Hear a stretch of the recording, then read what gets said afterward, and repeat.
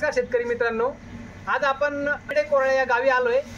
त्र्यंबक अण्णा शिंदे, बाळासाहेब दुबे यांच्या शेतामध्ये येऊन आपण आज रोजी डिकंपोजर बनवणार आहोत। हे बघा, आज मार्केटमध्ये वेगवेगळे डिकंपोजर येतं, परंतु आपण जे वेज डिकंपोजर आणलंय हे एक कल्चर आहे। या कल्चरच्या माध्यमातून आपल्या जमिनीमध्ये गांडुळाचे प्रमाण वाढावा, आपली शेती भुसभुशीत व्हावी व जीवाणुयुक्त व्हावी यासाठी या डिकंपोजरचा वापर केला जातो।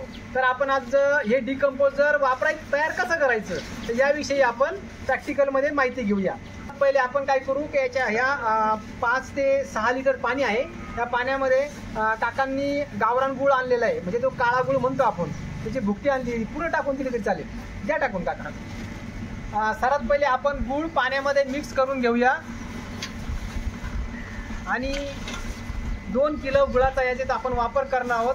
कारण ह्या जीवाणू हे जे कल्चर आहेत, डिकंपोजर मधलं जे संपूर्ण जेवढं कल्चर आहे, त्या कल्चरला जे अन्न पाहिजे ते गुळ आहे, म्हणून आपण या गुळाचा वापर करतो आहोत। आणि ह्या गुळ काठीच्या साह्याने आणि याच्यामध्ये कुठल्या प्रकारचा बॅक्टेरिया लागता कामा नये यासाठी स्वच्छ काडी वापरायची, किंवा हा प्लॅस्टिकचा अर्धा इंची पाईप आहे, अशा प्रकारचं पाईप घेऊन याचा वापर करून आपण आता लिटर टाकीमध्ये 200 लिटरच्या टाकीमध्ये पाणी टाकतो आहोत।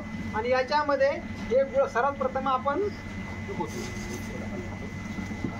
पहिले आपण गुळाचं पाणी टाकतोय। या वेस्ट डिकंपोजर मध्ये असतात, हे आपल्याला कुठल्या प्रकारचा हात किंवा इतर खराब काडकी न लावता एक स्वच्छ असा चमचा घ्यायचा आहे आणि चमच्याच्या माध्यमातून हे वेज डिकंपोजर आपल्याला या पाण्यात मिक्स करत आहे। अशा प्रकारे आपण यातलं जे वेज डिकंपोजर आहे ते हात न लावता एकदम स्वच्छ चमच्याने काढून आणि या 200 लिटरच्या टाकीमध्ये टाकलं आहे।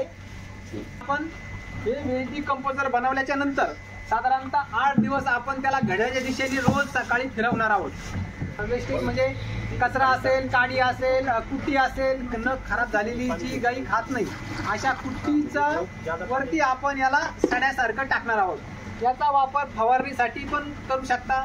तर ही फवारणी कशी करायची यासाठी आपण येणाऱ्या काळात पुढच्या व्हिडिओमध्ये आपण दाखवणार आहोत। आता 200 लिटरच्या टाकीमध्ये हे पाणी फुल भरल्यानंतर आपण रोज सकाळी, म्हणजे काका दाखवतायत अशा पद्धतीने त्याला रोज 25 घरी आपण त्याला काय म्हणतो घड्याच्या दिशेने आपल्याला त्या डिकंपोजरला फिरवायचं आहे, म्हणजे त्या डिकंपोजरला। दुसरी गोष्ट अशी आहे, याचा वापर आपण 6 दिवसानंतर केल्यानंतर याच्या काही प्रमाणात आपण द्रावण ठेवू शकतो व त्यामध्ये अजून पाणी टाकून अजून त्याच्यामध्ये गुळाचा वापर करून आपण त्याच विरजण म्हणून त्याचा वापर करू शकतो।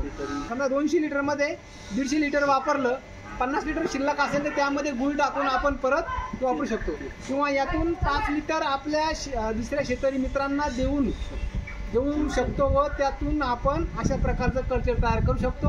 आणि या कल्चरच्या माध्यमातून वेगवेगळे फायदे आहेत, आपण ते आता पुढच्या व्हिडिओत बघूया। नमस्कार, धन्यवाद।